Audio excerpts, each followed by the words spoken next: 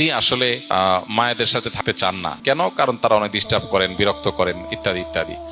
তো এক্ষেত্রে শরিয়ার বিধান হলো, সন্তান হিসেবে আপনি মা বাবার কাছে যাবেন, সেবা করবেন, লোক দিয়ে সেবা করার ব্যবস্থা করবেন, এটা আপনার কর্তব্য। কিন্তু স্ত্রীকে আপনি বাধ্য করতে পারেন না যে আপনার মা বাবা খারাপ আচরণ করে তারপরে সেখানে পড়ে থাকতে হবে। এই অধিকার আপনার নাই যে আপনি তাকে এটা বাধ্য করবেন। তবে স্ত্রীর এখানে একটা কর্তব্যের ব্যাপার আছে, নৈতিক দায়িত্বের ব্যাপার আছে। সেটা হলো যে স্বামী আমার ভরণ পোষণ সবকিছু দেয়, সবকিছু খেয়াল রাখে। স্বামীর মা বাবার আচরণে কষ্ট হলেও যদি আমি একটু সহ্য করি, কেন?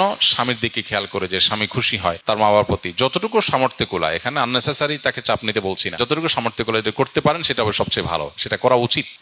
যদি তিনি কোনো কারণে এটা না করেন, তাহলে বাই ল, আইনগত ভাবে কোনো স্বামী তার স্ত্রীকে এটা বলতে পারে না আমার মা বাবার কাছেই তোমাকে থাকতে হবে। বরং শরিয়ার দৃষ্টিভঙ্গি হলো, স্বামী যেখানে থাকবে স্ত্রী সেখানে থাকবে, তার সামর্থ্য যদি থাকে। তাহলে মা বাবার জন্য কাজের লোক দিয়ে আপনি যেমন ব্যবস্থা করবেন, আবার আপনিও ঘন ঘন যাবেন, শুধু কাজের লোক দিয়ে হবে না।